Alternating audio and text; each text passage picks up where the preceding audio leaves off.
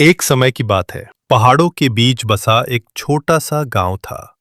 शांत, सुंदर और समय से बंधा हुआ।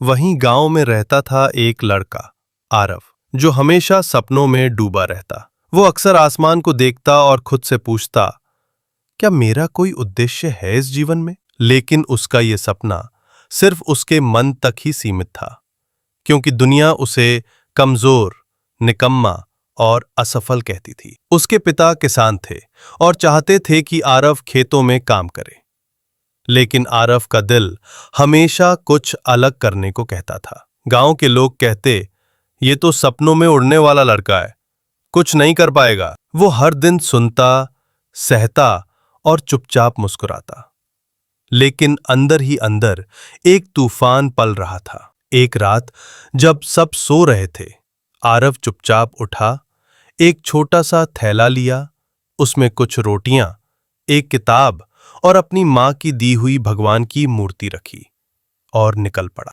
किसी ने नहीं देखा, किसी को नहीं बताया, वो बस निकल पड़ा मंजिल की तलाश में। चलते चलते, थकते गिरते वो एक शहर पहुंचा। वहां उसे कोई नहीं जानता था। उसका पहला दिन फुटपाथ पर बीता, लेकिन उसके चेहरे पर शिकन नहीं थी, बस एक उम्मीद थी, मुझे खुद को पाना है। शहर में काम पाना आसान नहीं था। कई जगह गया, सबने मना कर दिया, लेकिन एक चाय वाले अंकल ने उसे बर्तन धोने का काम दे दिया। लोग हंसते, ताने देते, अरे बड़ा कुछ बनने निकला था ना, अब देख बर्तन धो रहा है। लेकिन आरव के लिए ये सिर्फ एक शुरुआत थी। रात को जब सब सो जाते, वो एक किताब पढ़ता, स्वामी विवेकानंद, अब्दुल कलाम और महात्मा गांधी की कहानियां। वो सीख रहा था चुपचाप। वक्त बीतता गया। एक दिन उसने देखा पास के स्कूल में सफाई का काम खाली है। उसने अप्लाई किया और वहां काम मिल गया। अब वो स्कूल में सफाई करता, लेकिन समय मिलते ही बच्चों की किताबें पढ़ता।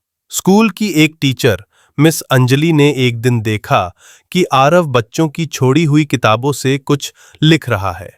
उन्होंने कहा, तुम सफाई करते हो, लेकिन पढ़ते क्यों? आरव ने कहा, क्योंकि मुझे खुद को बनाना है मैम। लोग कह गए कि मैं कुछ नहीं बन सकता, लेकिन मैं उन्हें गलत साबित करना चाहता। टीचर उसकी बातों से प्रभावित हुई और रोज उसे आधे घंटे पढ़ाने लगी। धीरे धीरे आरव ने स्कूल की परीक्षा दी और पास हो गया। 5 साल बीत गए। अब आरव एक सरकारी परीक्षा की तैयारी कर रहा था। उसके पास ज्यादा कुछ नहीं था, लेकिन उसके पास इरादा था। वो कहता, मैं हार मानने नहीं निकला हूं, मैं खुद को जीतने निकला हूं। एक दिन परिणाम आया, आरव पास हो गया। वो अब एक सरकारी अधिकारी बन चुका था। जिस लड़के को लोग निकम्मा कहते थे, अब वही लड़का अपने गांव में सम्मानित अतिथि के रूप में बुलाया गया। सालों बाद जब आरव अपने गांव लौटा, तो उसके पुराने कपड़े नहीं थे, उसकी आंखों में डर नहीं था और उसकी पीठ झुकी हुई नहीं थी। वो सीधा अपने पुराने घर पहुंचा। उसके पिता उसे देखकर चौंक गए। उन्होंने गले लगा लिया। गांव वाले बोले, ये तो वही लड़का है ना जो सपनों में खोया रहता था। आरव मुस्कुराया और बोला, हाँ मैं वही हूं, लेकिन अब मैं मंजिल का मुसाफिर हूं।